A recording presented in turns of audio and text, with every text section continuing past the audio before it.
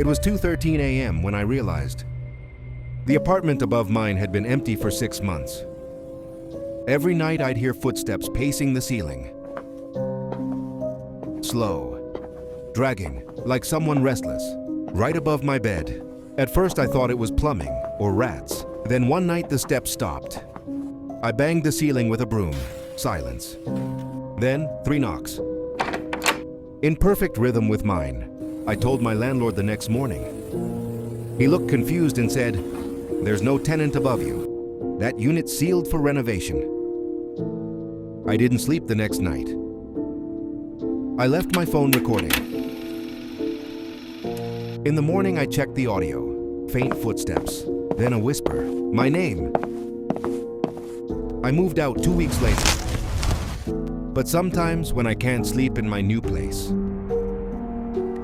I swear I hear someone pacing upstairs again.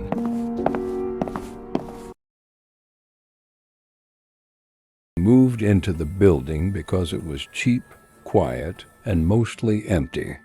Only 3 apartments on the top floor. Mine, an old couple, at the end of the hall, and the one directly across from me. Apartment 4B. The landlord said it had been unoccupied for years, but on my first night, I heard someone inside.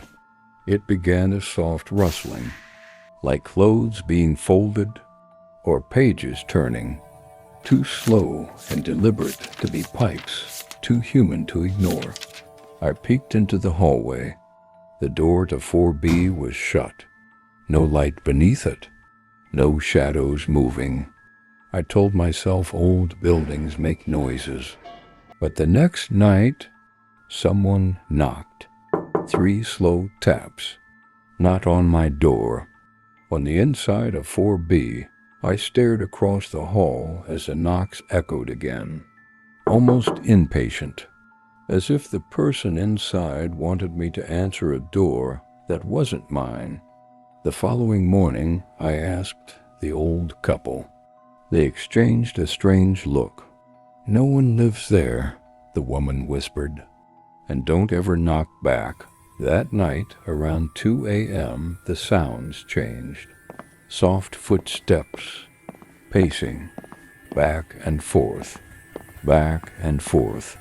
sometimes pausing directly behind the door, like they were standing just inches from it. I pressed my ear to my own door and listened.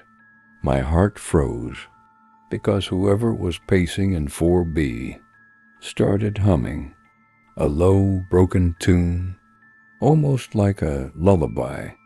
Then it stopped, and the footsteps walked straight toward my door. I stepped away just as something scraped across the other side, a fingernail dragging slowly down the wood. When I looked through the peephole, the hallway was empty, but the door to 4B was slightly open, just enough for darkness to spill out like smoke. I should have called someone.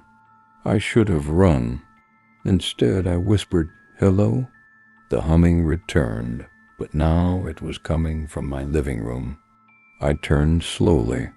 There, reflected in the dark glass of my window, was the outline of a person standing behind me, thin, still, head tilted. But when I spun around, the room was empty. The humming stopped, and the door to 4B slammed shut across the hall. I moved out the next morning. As I handed the landlord the keys, he sighed. "You heard it, didn't you?" "What is it?" I asked. He shook his head. "No one knows, but every tenant who lives opposite that apartment hears the same thing. Footsteps, humming, and someone walking inside. Then why don't you seal it? Or investigate?" He looked down the hallway, toward the door of 4 Bites. "We tried," he said quietly. "But whatever is in that apartment doesn't like being locked in."